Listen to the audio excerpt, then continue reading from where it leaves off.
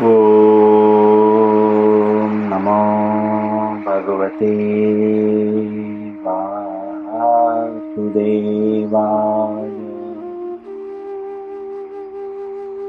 ॐ नमो भगवते वासुदेवाय।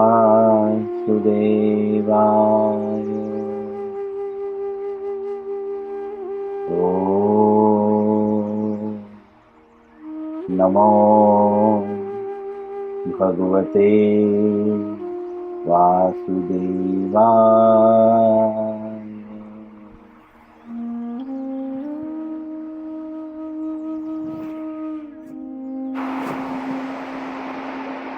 श्री मद्भगवद गीता यथारूप अध्याय 9। अध्याय का नाम है परम गुह्य ज्ञान। श्लोक संख्या 32। आज इस श्लोक का पहला दिन है। सभी लोग मेरे पीछे श्लोकों को 3 बार दोहराएंगे, म्यूट करके रखेंगे, लेकिन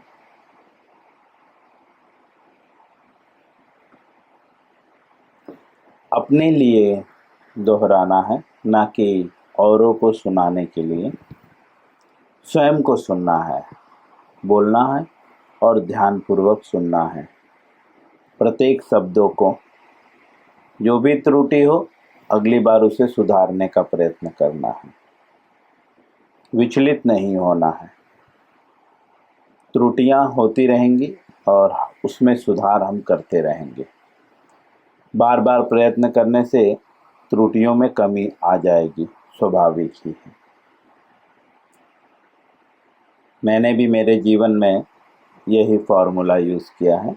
मैं भी पहले श्लोकों को उच्चारण नहीं कर पाता था, लेकिन जब मैं बार बार पढ़ने लगा तो धीरे धीरे अब काफ़ी उच्चारण में जो है सुधार आया है।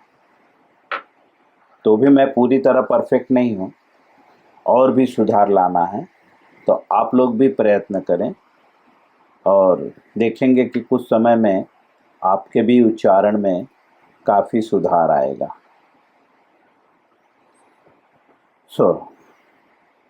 हम श्लोक पढ़ेंगे 9वें अध्याय के, जो है 32वां श्लोक। मां हि पार्थव्य पाश्रित्य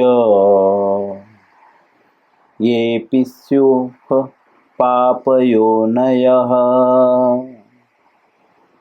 स्त्रियो वैश्यस्था शूद्रा स्तेऽपि यान्ति परां गतिम्। पुनः मां हि पार्थव्य पाश्रित्य येऽपि स्युः पापयोनयः स्त्रियो वैश्यास्तथा शूद्रा स्तेऽपि यान्ति परां गतिम्। पुनः मां हि पार्थव्यपाश्रित्य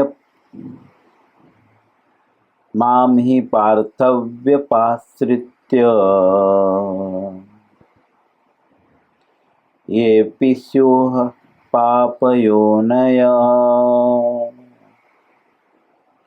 स्त्रियो वैश्यास्तथा शूद्रा स्तेऽपि यान्ति परां गतिम्।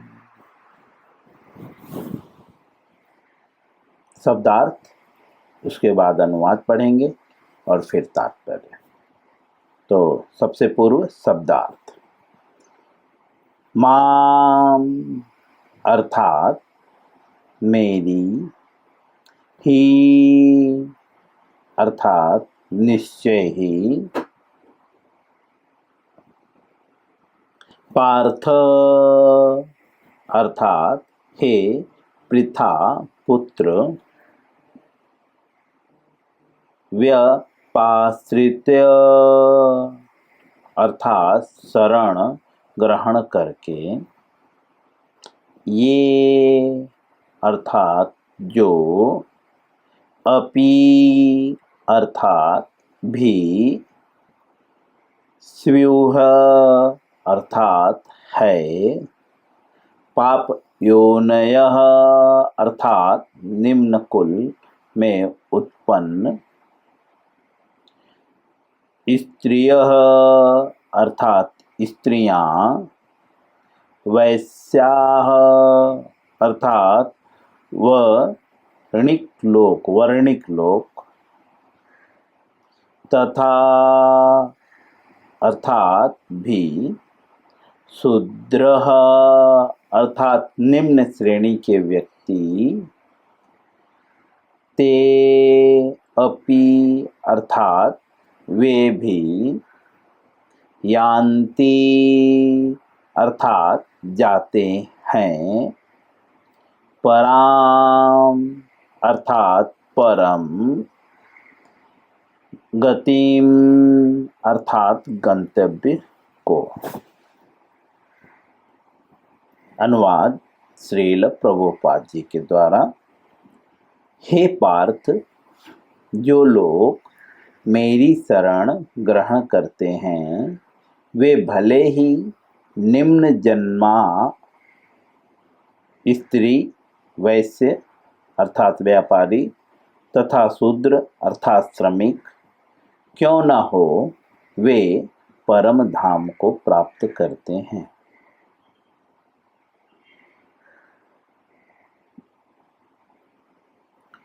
जैसा कि हम देख रहे हैं कि कुछ श्लोकों से भगवान बता रहे हैं कि भगवान के धाम जाने के कौन योग्य है और कौन अयोग्य है।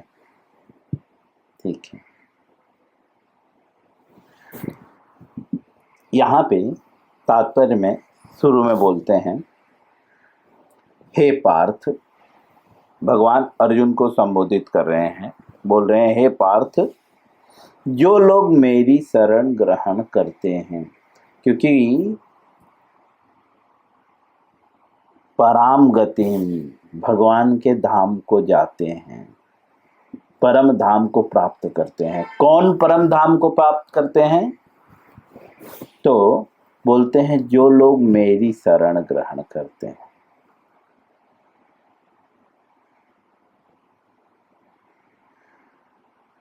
व्यापाश्रितः, जो लोग भगवान की शरण ग्रहण करते हैं।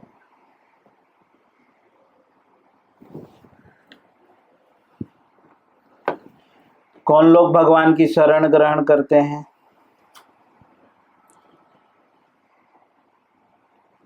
या भगवान की शरण ग्रहण करने का अर्थ क्या है? सभी बोलते हैं हम भगवान की शरण में हैं, हम भगवान की शरण में हैं, हम भगवान की शरण में हैं। कौन भगवान की शरण में है? उसके लक्षण क्या हैं? या भगवान की शरण कैसे ग्रहण की जाए? क्योंकि यहाँ पे बोल रहे हैं कि कोई भी भगवान के धाम में जा सकता है। जरूरी नहीं है कि वह ब्राह्मण ही हो, क्योंकि भगवान जानते हैं कि कालांतर में लोग ब्राह्मण को ही सर्वश्रेष्ठ मानेंगे, सोचेंगे कि वही बस गोलोक जा सकता है।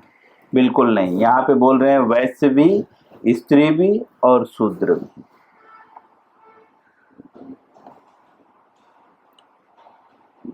ब्राह्मण उच्च कुल माना जाता है, इसीलिए तो लोग कहते भी हैं, गर्व से कहो हम ब्राह्मण हैं, हम ब्राह्मण हैं, ऐसा बोलते हैं लोग। हालांकि ब्राह्मण नहीं है, क्योंकि ब्राह्मण का कर्तव्य जो है काम करना नहीं है। कुछ लोग ब्राह्मण लोग तो, मोस्टली ब्राह्मण लोग तो सिक्योरिटी की नौकरी करते हैं, और खुद को ब्राह्मण बोलते हैं। तो ब्राह्मण वे नहीं है। ब्राह्मण का मतलब यजन याजन पठन पाठन हम कृष्ण लीला में पढ़ चुके हैं। ब्राह्मण का कर्तव्य है समाज में धर्म का प्रचार करना और स्वयं भी धर्म का आचरण करना। वे ब्राह्मण हैं। हालांकि ब्राह्मण को उच्च कुल का माना जाता है। ब्राह्मण और क्षत्रिय उच्च कुल के होते हैं। इस श्लोक के अनुसार बोल रहे हैं कि निम्न कुल जो है, निम्न कुल में कौन आता है? बोलते हैं स्त्री और वैश्य। वैश्य मतलब वर्णिक लोग अर्थात व्यापारी लोग, और शूद्र। समझे? ये सब जो है निम्न कुलों में आते हैं। और उच्च कुल में कौन आते हैं? तो ब्राह्मण। लेकिन भगवान यहाँ पे, भगवान पहले ही बता चुके हैं, मैं भेद नहीं करता। ठीक है, मैं किसी से द्वेष नहीं करता। पिछले श्लोक में, हाँ, भगवद गीता के 9वें अध्याय के 29वें श्लोक में, सम्मोहम सर्वभूतेषु न मे द्वेष्टि न प्रियः ये भजन्तु माम भक्ता मयि ते तेषु चाप्यहम। मैं किसी से द्वेष नहीं करता। हाँ, लेकिन जो मेरी भक्ति में लगता रहता है, जो मेरी सेवा में लगा रहता है, मैं उसे अपना मित्र मानता हूँ और मैं उसमें स्थित होता हूँ, वो मुझ में स्थित होता है। वह मेरा मित्र है। यह भगवान कहते हैं। लेकिन किसी से भगवान द्वेष नहीं करते। भगवान के लिए कोई निम्न कुल उच्च कुल नहीं है। भगवान के लिए एक झाड़ू लगाने वाला भी व्यक्ति उतना ही महत्वपूर्ण है उनके लिए जितना कि आरती करने वाला व्यक्ति। जो झाड़ू लगाने वाला व्यक्ति, यहाँ पे बोल रहे हैं शूद्र। शूद्र अर्थात निम्न श्रेणी का व्यक्ति, अर्थात जो साफ सफाई करता है, श्रमिक। हम अनुवाद में देखते हैं श्रमिक शब्द का प्रयोग किया गया है, मेहनत करने वाला व्यक्ति। यह भी भगवान के धाम जा सकता है, लेकिन उसके लिए जरूरी है, भगवान स्पष्ट रूप से कह रहे हैं, जो लोग मेरी शरण ग्रहण करते हैं। दो प्रकार के लोग हैं। एक तो देवताओं की शरण ग्रहण करते हैं और एक जो है भगवान की शरण ग्रहण करते हैं। इसी अध्याय के 25वें श्लोक में, यान्ति देवान व्रता देवा प्रीति यान्ति प्रीतिर्वृता भूतानि यान्ति भूतेज्य यान्ति माध्य जिनो पिमाम। भगवान बोलते हैं, जो देवताओं की शरण ग्रहण करते हैं या जो देवताओं के पास जाते हैं, वे देवताओं के लोक में जाते हैं। जो पितरों के पास में जाते हैं वो पितृलोक को जाते हैं। जो भूत की पूजा करते हैं वो भूत लोक। जो मेरी शरण में आते हैं वे मेरे निवास स्थान पे जाते हैं, अर्थात गौलोक जाते हैं।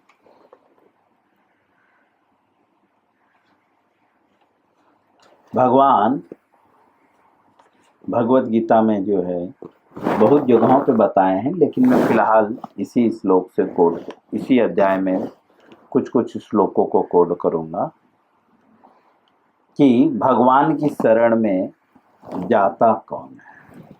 तो भगवत गीता के 9वें अध्याय के 13वें श्लोक में मैं अनुवाद पढ़ूंगा। हे पार्थ, मोह मुक्त महात्मा जन दैविक प्रकृति की शरण में रहते हैं। वे पूर्णतः भक्ति में निमग्न रहते हैं, क्योंकि वे मुझे आदि तथा अविनाशी भगवान के रूप में जानते हैं। जो भगवान को जानता है, हम जिसको जानते हैं उसी की शरण में जाते हैं। शरण का मतलब सहायता के लिए, या जिसको हम सर्वे सर्वा मानते हैं। जैसे कोई बच्चा किसी अपने माता पिता की शरण में रहता है, अर्थात माता पिता जो चाहते हैं वो बच्चा वही करता है। यह शरण का मतलब है। हम बोलते भी हैं, आप प्रभु हम आपकी शरण में हैं, इसका तात्पर्य आप मेरा कल्याण कीजिए। तो यहाँ पे बताते हैं कि भगवान की शरण में कौन जाता है, तो बोलते हैं महात्मा गण, जो भगवान को जानते हैं। हम उसी की शरण में जाते हैं जिसको हम जानते हैं। अगर हमारे ऊपर विपत्ति आती है तो हम उसी के पास जाते हैं जिसको हम जानते हैं। भगवान की शरण ग्रहण करने सिर्फ ऐसे मुंह से बोलना बहुत आसान है, लेकिन वास्तव में यहाँ पे जो शरण ग्रहण का तात्पर्य है जो है वह बिल्कुल अलग है। जैसा कि 13वें श्लोक में बताया गया है, भगवान की शरण कौन ग्रहण करते हैं? जो मोह मुक्त महात्मा होते हैं और जो भगवान को जानते हैं। भगवान को कौन जानता है, या भगवान को जानने की विधि क्या है?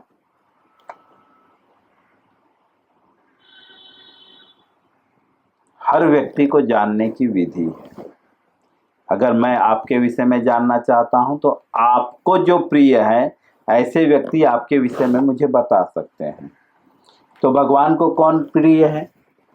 तो हमने 25वें श्लोक में पढ़ा, भगवान को कौन प्रिय है? भगवान बोलते हैं, सॉरी 25वें नहीं 29वें श्लोक में भगवान बोलते हैं वह मेरा मित्र है और मैं उसका मित्र हूं। भगवान भक्त भगवान को बहुत प्रिय है। अर्थात अगर हमें भगवान की शरण ग्रहण करनी है, जो लोग मतलब कोई भी हो सकता है, जो भगवान की शरण ग्रहण करना चाहता है उसको सबसे पूर्व भगवान को जानना होगा। मटेरियल वर्ल्ड में भी हम किसी की शरण ग्रहण करते हैं तो हम पहले उसे जानते हैं तभी उसकी शरण ग्रहण। अनजान आदमी की शरण में नहीं जाते, अनजान आदमी के तो घर पे भी नहीं जाते, शरण तो दूर की बात है। तो सबसे पूर्व उन्हें जानना होगा, और भगवान को जानने के लिए भगवान के भक्तों के पास जाना होगा। और भगवान के भक्तों के पास जाने की विधि क्या है? तत्विद्धि बड़ी प्रातेन परिप्रश्नेन सेवयः उपदेच्छन्ति ते ज्ञानम ज्ञानिन तत्वदर्शिना। भगवद गीता में बताते हैं, विनीत भाव से उनके पास जाना होगा। किसके पास? भगवान के भक्तों के पास। किस लिए? ताकि हम भगवान को जान सकें। कोई भी जा सकता है, स्त्री वैश्य तथा शूद्र।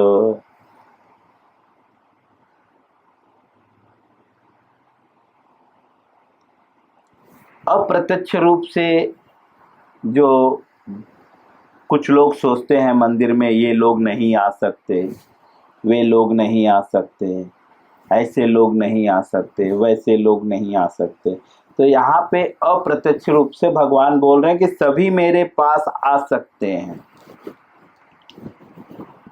चाहे वो वैश्य हो या शूद्र हो, श्रमिक हो, गरीब व्यक्ति हो सकता है गरीब व्यक्ति के पास फटा कपड़ा हो। आजकल तो सभी जन गरीब ही हैं क्योंकि कपड़े ही नहीं हैं शरीर पे। कुछ कुछ अंग उनके ढके हुए हैं, इतने गरीब हैं कि उनके कुछ ही कुछ अंग ढके हुए हैं, और वो भी ढकने में उन्हें भारी पड़ता है। तो वास्तव में वो अमीर नहीं है, गरीब है। भले ही हालांकि उनको लगता है कि हम बहुत अमीर हैं, लेकिन गरीब हैं वे। क्योंकि जो अमीर होता है वो अपने शरीर का प्रदर्शन नहीं करता है, अपने शक्ति का प्रदर्शन करता है।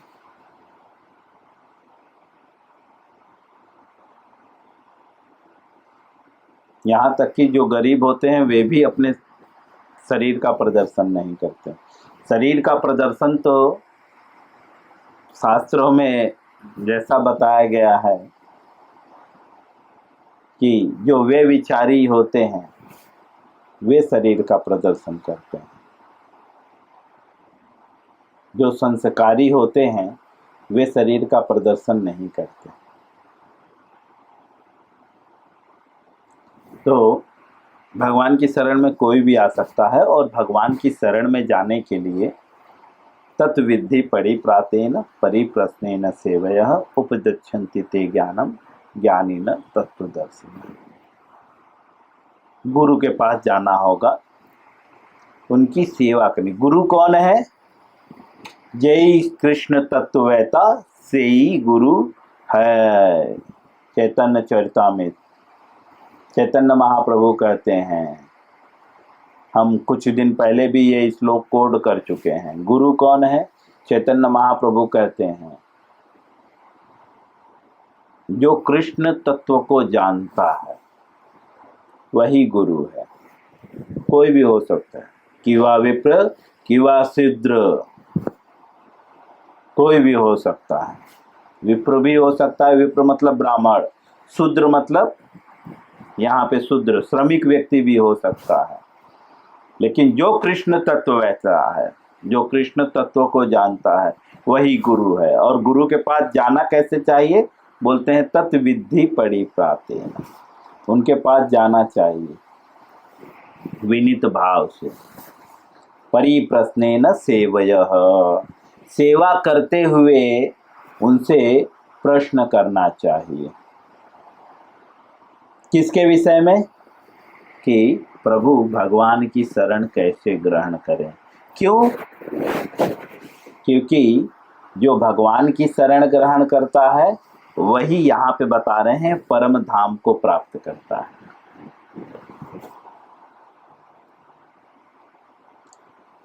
जो परम धाम को प्राप्त करता है, या परम धाम प्राप्त करने की जरूरत क्या है? क्योंकि परम धाम प्राप्त करने के बाद भगवान बोलते हैं, जन्म कर्म चमे दिव्यम में वयो वृत्ति तत्वतः त्यक्त्वा देहम पुनर्जन्मम नेति मामेति सो अर्जुन। हे अर्जुन, जो मेरे धाम को प्राप्त करता है वो पुनः इस मटेरियल वर्ल्ड में नहीं आता। भगवान को छोड़ के बाकी किसी के भी जो धाम को प्राप्त करता है, देवताओं के धाम, तो वह पुनः इस संसार में आ जाता है, या उसको इस संसार में आना पड़ता है। और उन्हें जन्म मृत्यु के चक्र ही मिलते हैं, जैसा कि भगवत गीता के 9वें अध्याय के 21वें श्लोक में बताते हैं। ते तंभु भुक्त्वा स्वर्गलोकम विशालम क्षीणे पुणे मृत्युलोकम विसंति। सबसे ऊंचा लोक कौन सा है? स्वर्ग लोक है। सारे लोकों में सबसे ऊपर स्वर्ग लोक है। बोलते हैं अगर आप स्वर्ग लोक भी जाओगे तो क्षीणे पुणे मृत्युलोकम विसंति, पूर्ण क्षीण होने के बाद पुनः मृत्युलोक में आ जाओगे। लेकिन भगवान बोलते हैं त्यक्त्वा देहम पुनर्जन्मम, दोबारा जन्म नहीं लोगे शरीर छोड़ने के बाद। और कहाँ जाओगे? मेरे धाम को जाओगे। अर्थात जो भगवान के धाम जाता है वह दोबारा जन्म नहीं लेता। तो इस विषय में गुरु पूछे ना, भाई क्यों मेरे पास आए हो और भगवान के विषय में जानकर क्या करोगे? तो उनसे कहना होगा कि प्रभु भगवत गीता में कहा गया है कि जो भगवान की शरण में जाते हैं वे दोबारा जन्म नहीं लेते। त्यक्त्वा देहम पुनर्जन्मम नेति मामेति सो अर्जुन। बट गुरु के पास कैसे जाना है? तत्विद्धि परिप्रातेन परिप्रश्नेन सेवयः, उनकी सेवा करते हुए विनित भाव से। विनित मतलब बहुत सरल भाव से, मालिक बन के नहीं, डोनर बन के नहीं। मित्र बन के नहीं, विनीत भाव से। विनीत मतलब सरलता से, शरणागत, तीर्ण के समान। विनीत का तात्पर्य तीर्णादपि सुनीचेन तरोरिव सहिष्णुना, अमानी न मान देना। ऐसी स्थिति होनी चाहिए कि कोई मान देने योग्य भी व्यक्ति न हो तो भी। विनीत का तात्पर्य है घास की तरह सरल रहना। अगर वे आपको कुछ गलत भी बोल दें तो भी एक्सेप्ट कर लेना। इस भाव से गुरु की शरण में जा। मैं यहीं पे विराम करूंगा और अच्छे से हम इसे समझेंगे। अभी तो सिर्फ शरण तक पहुंचे हैं, लेकिन शरणागति में और क्या क्या है वह कल हम इस श्लोक को वापस से पढ़ेंगे, अनुवाद को और अच्छे से समझेंगे कि शरण के बाद गुरु जो उपदेश देगा उसका पालन भी करना है। हरे कृष्ण।